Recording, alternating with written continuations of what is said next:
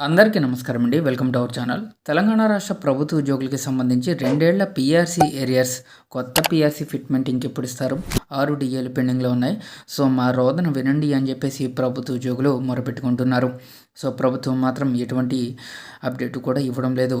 యాక్చువల్గా 2023 జూలై 1 నుంచి అమలు కావాల్సిన తెలంగాణ రాష్ట్రంలో రెండో పీఆర్సీని ఇప్పటి వరకు అమలు చేయలేదు.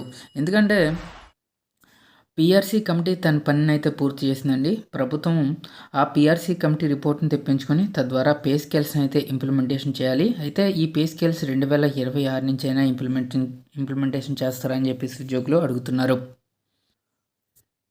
సో ముందుగా తెలంగాణ రాష్ట్ర ప్రభుత్వ ఉద్యోగులకి సంబంధించి 2026 జనవరి నెలలో సంక్రాంతి పండుగ కానుకనైనా కొత్త పీఆర్సీ పే స్కేల్స్ ఇవ్వాలి అని చెప్పేసి ఎవరైతే భావిస్తున్నారో వారందరూ కూడా వీడియోని ఒక లైక్ చేసి మీ తోటి ఉద్యోగ మిత్రులకు వీడియోని అయితే షేర్ చేయండి.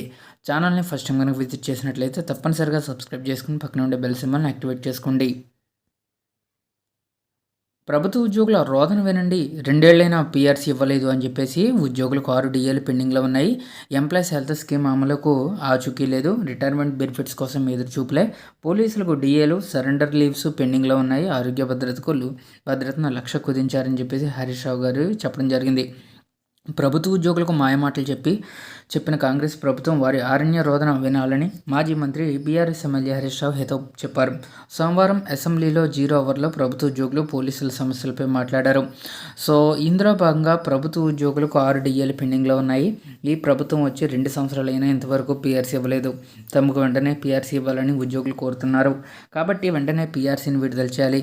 గతంలో కేసీఆర్ ప్రభుత్వ హయాంలో 43%, 39% పీఆర్సీ ఫిట్మెంట్లు ఇచ్చామని హరీష్ రావు పేర్కొన్నారు. ఉద్యోగులకు ఎంప్లాయీస్ హెల్త్ స్కీమ్ను అమలుకు మేము ఆ రోజు కూడా జీవో ఇచ్చాం.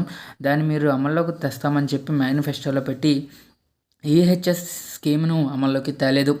దాన్ని కూడా వెంటనే అమల్లోకి తేవాలి. ఉద్యోగుల జీపీఎఫ్ తదితర బకాయిలను విడుదల చేయాలని ప్రభుత్వాన్ని డిమాండ్ చేశారు. ఇక 39 మంది రిటైర్డ్ ఉద్యోగులు మరణించారండి. సో వారి యొక్క బెనిఫిట్స్ రాక సకాలంలో వైద్యం అందక చాలామంది ఎంప్లాయీస్ చనిపోయారని చెప్పేసి అంటున్నారు. అయితే 39 మంది రిటైర్డ్ ఉద్యోగులకు ప్రభుత్వం నుంచి బెనిఫిట్స్ రాక వాళ్ళ సేవింగ్స్ వారికి ఇవ్వకపోవడం వల్ల వైద్యం కూడా చేయించుకోలేక మరణించారు.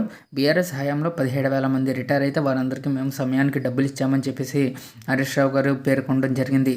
అలాగే పోలీసులకు డిఏలు సరెండర్ లీవ్లు పెండింగ్లు. పోలీసు డిపార్ట్మెంట్లో కూడా ఎన్నో సమస్యలు అపరిష్కృతంగా ఉన్న విషయాన్ని హరీష్ రావు గారు ప్రభుత్వం దృష్టికి తీసుకొచ్చారు.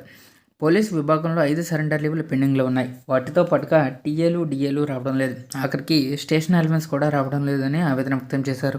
మొన్న జూబ్లీ హిల్స్ ఎలక్షన్ ఉంటే ఒక్క యూసఫ్గూడ బెటాలియన్కి మాత్రం టీఏలు డిఏలు సరెండర్స్ ఇచ్చారు. రాష్ట్రంలో లక్షలాది మంది పోలీసులకు సరెండర్ లీవ్స్ టీఏలు డిఏలు రాక చాలా ఇబ్బందులు పడుతున్నారు. గతంలో నేను ఆర్థిక మంత్రిగా ఎప్పటికప్పుడు సరెండర్ లీవ్లు డిఏలు టీఏలు ఇచ్చాం. ఈ ప్రభుత్వం వచ్చి 2 ఏళ్లైనా అవన్నీ పెండింగ్లో ఉన్నాయి. వాటిని విడుదల చేయాలని డిమాండ్ చేయడం జరిగింది.